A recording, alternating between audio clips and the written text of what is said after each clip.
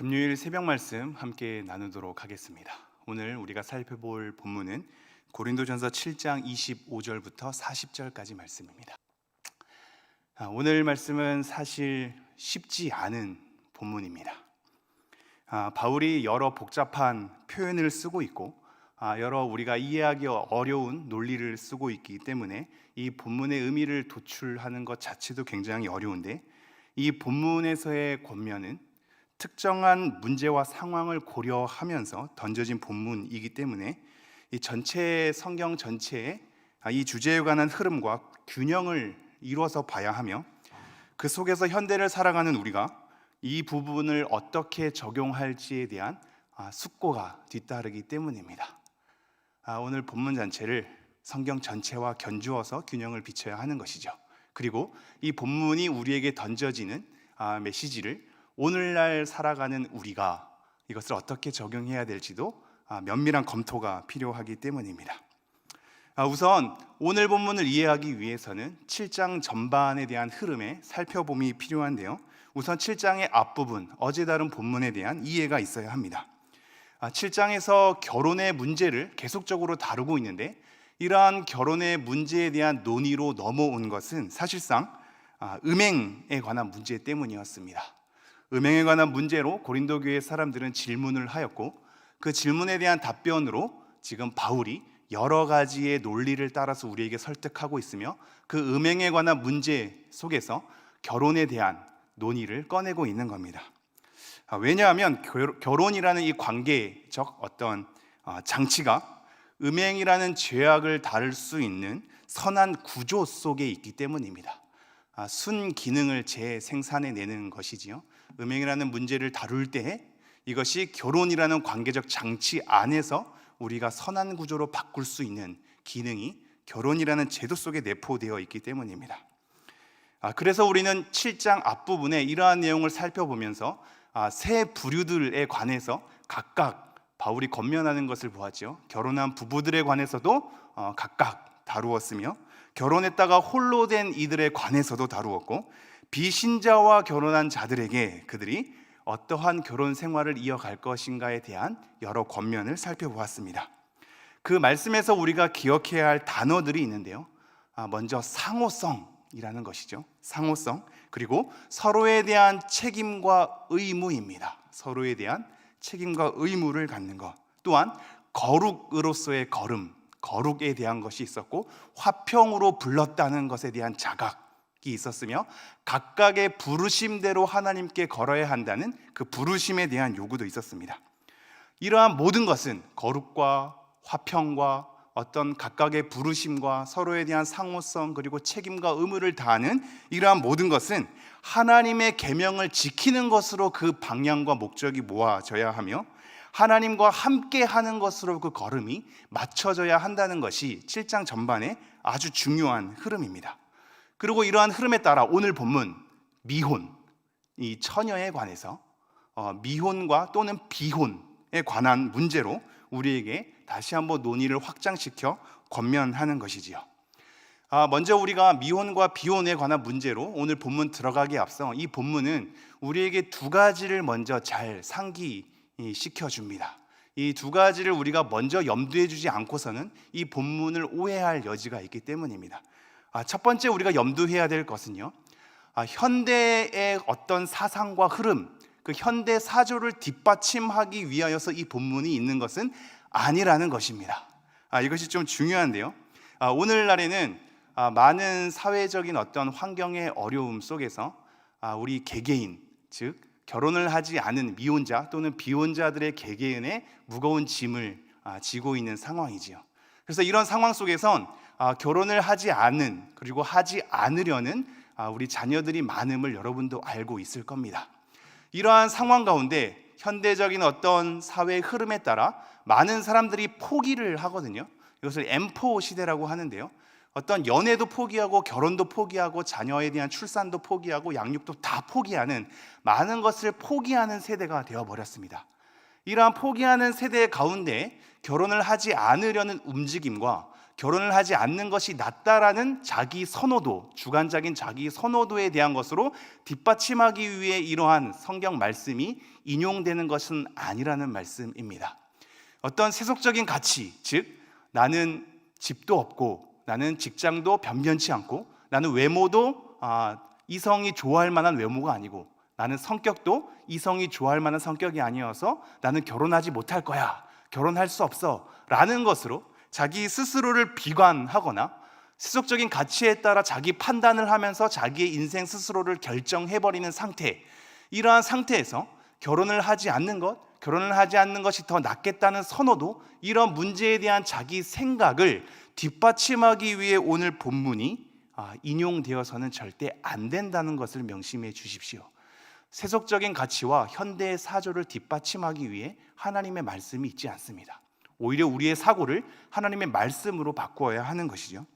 우리는 또한 두 번째 이 본문을 다룰 때 먼저 앞서서 염두해야 될 것이, 두 번째는 반대로 그동안 결혼이라는 제도가 하나의 문화적인 관습과 사회적인 규례로 흘러오면서 어떠한 성찰 없이 너무나 당연한 것으로 요구되어 왔다라는 것입니다. 그래서 결혼을 하고 안 하고의 문제로 그 사람을 판단하고 정죄하고 그 사람을 동정하는 것, 이러한 흐름 속에 당연히 그것은 해야 하는 것이며 안 하면 안 되는 것으로 수많은 사람들에게 부담감을 지어주며 그 사람에게 그러한 잣대로 평가하는 것에 대한 흐름이 우리 가운데 자리 잡힌 것은 그것 또한 옳은 것이 아님을 오늘 본문에서 얘기를 해줍니다. 아무런 성찰 없이, 아무런 특별한 상황에 대한 아주 심사숙고하는 고려가 없이, 그리고 신앙적인 검토 없이, 또한 그 모든 결혼이라는 것이 하나님을 향한 것으로의 걸음에 대한 어떤 태도의 교정 없이 그냥 자연스럽게 너무나 당연한 것으로 하나의 관습으로 사람들에게 얘기한다면 그것 또한 옳지 않다라는 것을 오늘 본문을 통해서 알 수 있는 것이죠. 바로 두 가지입니다. 두 가지 염두. 첫 번째는 현대 흐름과 현대 사회적 상황에 대한 자기 결정에 대한 뒷받침으로서 존재하는 본문이 아니다. 두 번째는 결혼은 아무런 성찰 없이 아무에게나 다 요구되고 그것을 잣대로 평가하는 것이 아니다. 이 두 가지를 염두에 두면서 오늘 본문 살펴봤으면 좋겠습니다. 제가 7장 25절 다시 한번 읽도록 하겠습니다. 처녀에 대하여는 내가 주께 받은 계명이 없으되 주의 자비하심을 받아서 충성스러운 자가 된 내가 의견을 말하노니. 미혼자, 즉 비혼자들에 관하여서는 바울이 특별히 예수님의 가르침으로 명확하게 받은 것은 없다라고 얘기합니다. 그러나 예수님의 명확한 가르침이 없다고 해서 이 말씀이 그냥 바울 개인적인 견해가 아닌 것은 나중에 40절에 가보면 하나님의 영으로 이 말씀을 썼다라는 것에 대해서 우리에게 얘기하고 있죠. 바울 스스로는 개인적인 견해로 하나님의 영의 도움을 받아서 우리에게 썼지만 이 말씀이 성경으로 우리에게 영감이 된 책으로 전해질 때에는 이 말씀은 곧 하나님의 말씀이 되는 것이지요. 예수님께서 그 문제에 관해서 명확한 가르침을 우리에게 일러주진 않았지만 하나님의 영을 통하여서 영감을 받은 이 성경이 오늘 바울의 어떤 견해를 통하여 우리에게 보편적인 진리로 일러주는 겁니다. 그러면서 26절 이렇게 얘기합니다. 내 생각에는 이것이 좋으니 곧 임박한 환난으로 말미암아 사람이 그냥 지내는 것이 좋으니라. 바울은 오늘 본문 전반에 걸쳐서 나와 같이 홀로 지내는 것이 좋다라고 얘기합니다. 바울이 과연 결혼을 했다가 홀로 된 자, 즉 돌싱인가 아니면 결혼을 안 한 자인가에 대한 수많은 사람들의 추측이 있지만 그것은 중요하지 않고 최종적으로 지금 바울은 홀로 지내고 있으며 바울이 홀로 지내는 것처럼 그들이 그냥 지내는 것이 좋다라는 것이 바울의 지금 우리에게 권면하는 선호도이고 이것이 오늘 본문 전반에 우리에게 얘기를 하는 내용입니다. 그러나 여러분 잘 생각해 보십시오. 홀로 지내는 것이 좋다라는 것을 우리가 하나님의 말씀으로 받을 때 그렇다면 결혼하는 것이 문제가 있는 것처럼 비춰지지 않습니까? 바울은 왜 이런 얘기를 하는 걸까요? 사실 바울이 이런 말을, 이런 권면을 하는 것은 특정한 상황을 염두에 두기 때문입니다. 제가 26절 다시 한번 읽어볼까요? 내 생각에는 이것이 좋으니 곧 임박한 환난으로 말미암아 사람이 그냥 지내는 것이 좋으니라. 임박한 환난 때문입니다. 이 임박한 환난으로 말미암아 그냥 홀로 지내는 것이 더 좋다, 그것이 더 유익이다, 옳고 그름의 문제가 아니라 그것이 죄이거나 죄가 아니다의 문제가 아니라 그것이 더 낫다라는 것에 대한 선호도이며 신앙적 유익에 대한 문제로 우리에게 권면을 하고 있습니다. 그 상황은 무슨 상황이죠? 임박한 환난입니다. 임박한 환난이라는 특정한 상황 가운데 홀로 지내는 것이 더 낫다고 지금 바울은 권면하는 겁니다. 어떤 이들은 이 본문을 통하여서 지금 바울이 홀로 지내는 것이 좋다라고 하는 이 권면은 고린도 교회의 특정 상황, 이 임박한 환난, 이 환난은 환난 중에 있는 것이거든요. 또는 가까운 미래에 곧 닥칠 재앙인 것입니다. 그래서 그때 고린도 교회의 여러 정치적인 상황과 사회적인 상황을 고려할 때 지진, 기근 아니면 침략 등으로 설명하고 있습니다. 그래서 기근이나 지진이나 침략에 대한 고린도의 특별한 상황 가운데 홀로 지내는 것이 좋다라고 얘기할 뿐이다 라고 얘기하는 분들이 있지만, 사실상 이렇게 보면 한 가지 문제가 일어나는 것은 오늘 본문이 오늘날 살아가는 그리스도인들에게 해당되는 말씀이 아니라 그때의 고린도 교회에게만 해당되는 말씀으로 전락해 버리기 때문입니다. 그렇지 않죠. 이 말씀은 오늘날 우리에게도 적용되는 것이죠. 그렇다면 우리는 이렇게 해석해야 할 것입니다. 임박한 환난이라는 특정한 상황 가운데 홀로 지내는 것이 더 좋다라고 권면하는 이 바울의 말씀, 이 하나님의 말씀을 오늘날 우리에게 적용할 때 그 임박한 환난이라는 것이 어떠한 것인지 모르나 우리에게 곧 닥칠, 아니면 모두가 지금 겪고 있는 그런 수많은 환난 가운데에서의 결혼은 오히려 서로에게 무거운 짐을 주고 서로에게 어려움을 안겨다 주고 고난을 안겨다 주기에 홀로 지내는 것이 더 낫다라는 것으로 우리는 결혼을 숙고해야 하는 것입니다. 고린도 교회에게 임박한 환난은 우리에게도 또 다른 형태로의 임박한 환난으로 주어질 수 있기 때문입니다. 우리 또한 임박한 환난 또는 환난 중에 있을 때에는 홀로 지내는 것이 더 낫겠다는, 옳고 그름의 문제가 아니라 더 신앙적으로 유익이 될 것이라는 이 말씀을 가슴에 새겨야 하겠습니다.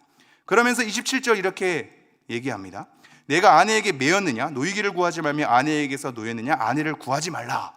결혼하지 않은 자들에게 홀로 지내는 것이 임박한 환난 때에는 더 낫다라고 얘기하면서, 그렇다면 결혼한 자들은 어떻게 되느냐라고 얘기할 때 매여 있는 사람은 노이기를 구하지 말며 놓여 있는 사람은 다시 아내를 구하지 말라. 그 각자의 상황과 형태에 따라, 각자의 부르심의 모습에 따라 임박한 환난의 시기를 하나님 앞에서 견뎌내라 라고 얘기하는 것이죠. 그러면서 29절 이렇게 얘기합니다. 장가가도 죄짓는 것이 아니요 처녀가 시집가도 죄짓는 것이 아니로되 이런 이들은 육신의 고난이 있으리니 나는 너희를 아끼노라. 바울은 권면을 하죠. 임박한 환난의 때에는, 어려움의 시기 때에는 결혼을 하고 나서 서로에게 그런 고난이 오기 때문에 홀로 지내는 것이 더 낫겠다는 권면을 하지만, 이것이 옳고 그름의 문제는 아닌 것은 그들이 임박한 환난 때에도 결혼을 해도 그것은 죄짓는 것이 아니다 라고 얘기하죠. 다만 임박한 환난 때에 결혼함을 통하여서 서로에게 고난이 오는 것이 너무나 당연한 상황이기 때문에 홀로 사는 것을 권면할 뿐이지 결혼할 사람은 결혼해도 된다라고 얘기하고 있죠. 우리가 7장 전반에 있어서도 각자 부르심대로 행하라고 우리가 읽어보지 않았습니까? 그러한 형태로 계속 말을 하는 겁니다. 그러면서 29절 이렇게 얘기하죠. 형제들아 내가 이 말을 하노니 그때가 단축하여진 고로 이후부터 안에 있는 자들은 없는 자같이 하며 우는 자들은 울지 않는 자같이 하며 기쁜 자들은 기쁘지 않은 자같이 하며 매매하는 자들은 없는 자같이 하며 세상 물건을 쓰는 자들은 다 쓰지 못하는 자같이 하라. 이 세상의 외형은 지나감이니라. 이제 임박한 환난을 넘어서서 이러한 여러 현상을 겪게 되면서 다가오는 것은 하나님의 재림 아니겠습니까?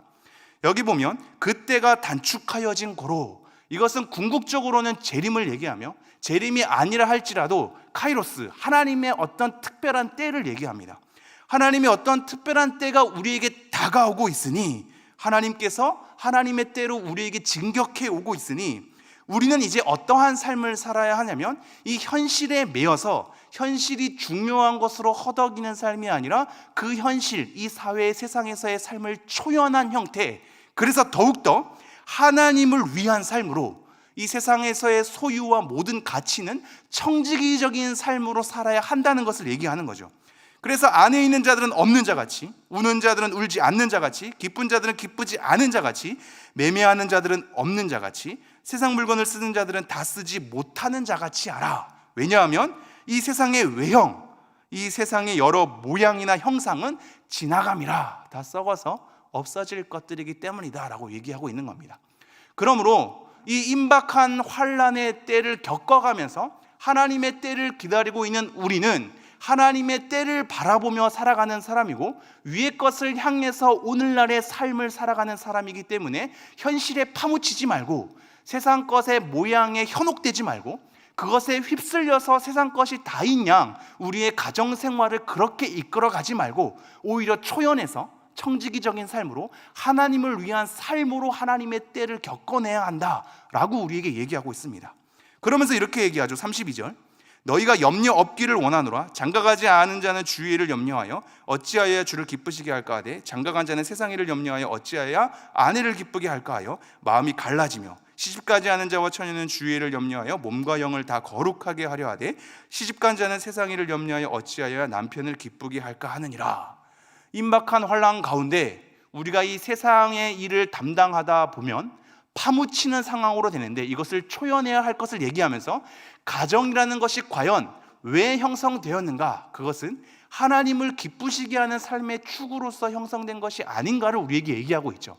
그러므로 임박한 환난 때에 결혼을 하게 되면 수많은 세상 것들에 대한 염려 속에 파묻혀서 하나님을 기쁘게 하는 어떤 결혼 관계, 가정의 생활보다는 세상 것을 염려하는 형태로 달려가기가 쉽기 때문에 오히려 바울은 홀로 서는 것을 권면해 주고 있으며, 그렇게 오히려 가정을 이룬 자들은 초연해지고 하나님을 위한 삶으로 청지기적인 삶을 이루면서 이제 세상의 것을 염려하는 가정의 형태로서 유지하지 말고 하나님을 어떻게 기쁘시게 할까, 주의 일을 염려하는 쪽으로 우리의 가정생활이 이끌어져 가야 한다라는 것을 우리에게 일깨워주고 있습니다.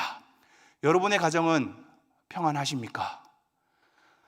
우리의 가정의 모든 생활이 여러 어려운 때일수록 세상 것에 파묻히지 말고 하나님의 일에 관해서 우리는 마음을 쓰며 하나님께 기쁘게 하기 위하여서 그 일을 위해 염려하는 우리가 되어야 하겠습니다.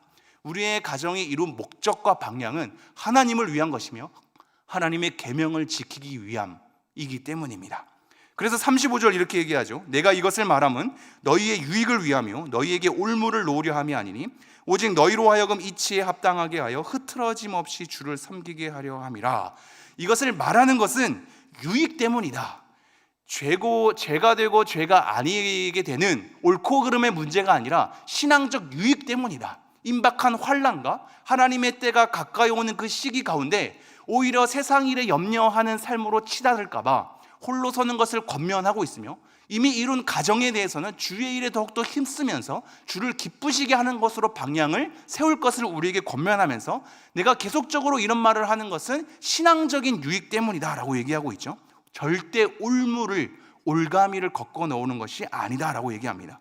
그러면서 오직 너희로 하여금 이치에 합당하게 하여 흐트러짐 없이 주를 섬기게 하려 함이라. 올바른 질서와 체계 가운데 그를 세우는 겁니다. 이치에 합당하게 하여서 흐트러짐 없이, 어떤 분주함 없이, 혼란 없이, 마음의 나눠짐 없이 주만 오직 섬기게 하려는 목적으로 이 말을 권면을 하는 것이다 라고 얘기하고 있습니다. 그러면서 36절, 그러므로 만일 누가 자기의 약혼녀에 대한 행동이 합당하지 못한 줄로 생각할 때 그 약혼녀의 혼기도 지나고 그같이 할 필요가 있거든 원하는 대로 하라. 그것은 죄 짓는 것이 아니니 그들로 결혼하게 하라. 여기 말하는 약혼녀는 원래 처녀라는 단어로도 번역이 될 수 있는데요, 지금 오늘 본문이 처녀에 대한 본문으로 계속 나오기 때문에 오히려 처녀로 해석하는 것이 더 옳을지 모르겠습니다.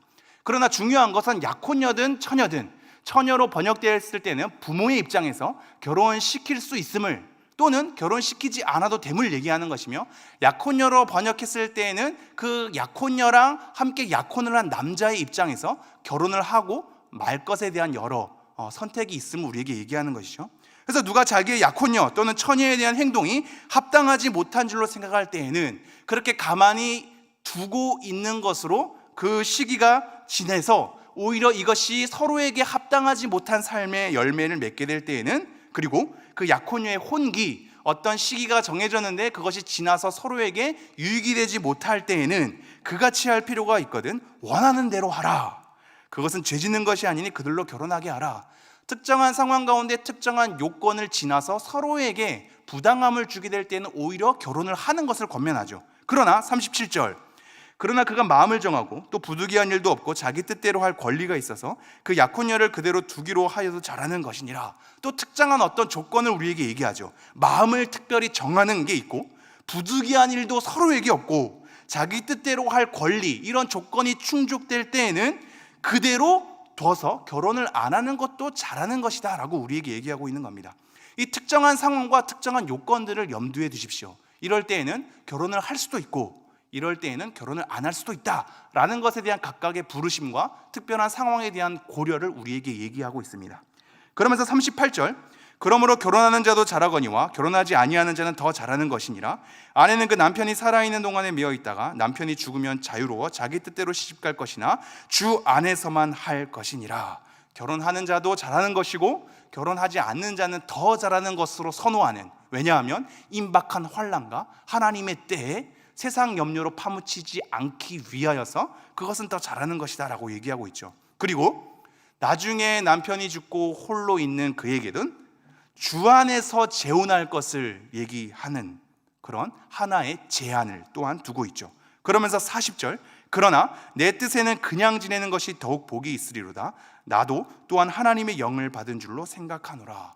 더 선호도를 얘기합니다. 그러나 임박한 환난의 때, 하나님의 때가 우리에게 다가오고 있는 이 시기, 세상의 염려로 파묻힐까 여러 고난으로 맺혀진 이 시기 가운데서는 홀로 있는 것이 더 나을 수 있다라고 바울이 얘기를 하고 있습니다. 정리합니다. 오늘 본문은 특정한 상황을 염두에 두고 있다는 것을 여러분이 잘 헤아려야 하겠습니다. 그냥 이거 하나의 본문으로 결혼이라는 것 자체를 다 다루기보다는 우리는 결혼에 대해서 하나님을 향한 것으로, 하나님을 기쁘시게 하는 것으로, 하나님의 때에 하나님의 일을 염려하는 것으로의 걸음으로 걷기 위한 하나의 제도적인 장치라는 것을 우리는 심사숙고해야 하겠습니다. 그래서 하나의 문화적인 어떤 규례 속에서 당연한 것으로 쉽게 던져지지도 않고, 또는 현대 사회적인 상황 때문에 결혼을 기피하는 것에 대해서 그러한 자기에 대한 선호들을 뒷받침하려고 존재하는 본문도 아니거니와, 오직 모든 상황이, 특별한 상황이 우리에게 다가오게 될 때 어떤 것이 더 하나님을 위한 것이냐, 어떤 걸음이 하나님을 더 기쁘시게 하는 것이냐, 어떤 것이 우리에게 서로에게 더 유익이 되는 것이냐에 대한 충분한 숙고 가운데 결혼이 진행되거나 독신의 걸음이 진행될 것에 대해서 우리에게 권면해 주고 있습니다. 그러므로 여러분 자녀 가운데 미혼이나 비혼자가 있다면 그들이 결혼하는 문제나 또는 독신으로 살아가는 문제에 대해서 충분히 여러 상황, 신앙적인 상황을 고려하며 하나님께 기쁨이 되는 걸음으로 걸어야 하겠습니다. 그들에게 그렇게 권면해 주시고 우리가 여러 신앙적인 상황을 잘 분별해야 하며 어느 것이 하나님께 더 기쁨이 되는 것을 잘 헤아려야 하겠습니다. 또한 가정을 가진 우리는 오늘 본문을 통해서 우리의 가정을 다시 한번 잘 헤아리며 하나님의 걸음으로 가야 하겠습니다. 우리 가정의 걸음은, 우리 가정의 삶은 과연 하나님을 기쁘시게 하는 데 있어서 머리를 맞대고 있는가, 마음을 모으고 있는가, 오히려 세상 일에 파묻혀져서 하나님은 온데간데 없고 우리 가족 스스로만 근근히 세상의 만족을 위해서 그렇게 살아가려고 노력하는 그런 걸음들로 가득하지 않는가를 우리는 돌이켜봐야 하겠습니다. 여러분, 결혼을 하지 않았던, 결혼을 했던 우리는 하나님을 위해서 존재하는 자들입니다. 하나님을 위해서 여러 특별한 상황에 대한 신앙적인 고려 속에서 하나님을 기쁘시게 하는 것으로 우리의 걸음을 걸어야 할 것이며, 특별한 문화와 현대적인 사주에 휘둘리지 말고 우리가 말씀을 기준으로 하나님의 규례와 명령을 더 잘 지키는 걸음으로, 하나님께서 함께하는 걸음으로 우리의 결혼과 또는 독신의 삶을 하나님 안에서 살아내야 하겠습니다. 오늘 이것을 위해서 함께 기도할까요? 우리 부부의 관계를 위해서, 그리고 우리 가족을 위해서, 또는 우리 자녀와 자녀들의 가족을 위해서, 또는 결혼하지 않는 자녀들이나 청년들이 있다면 그들의 앞길에 대해서 다시 한번 이 말씀을 생각하면서 하나님을 기쁘게 하는 그런 삶이 되도록, 특별한 상황에 대한 신앙적인 숙고를 잘 행하면서 그 삶을 걸어내도록 우리가 그들을 응원하며 함께 기도하며 이 하루를 살아가도록 하겠습니다. 기도하겠습니다.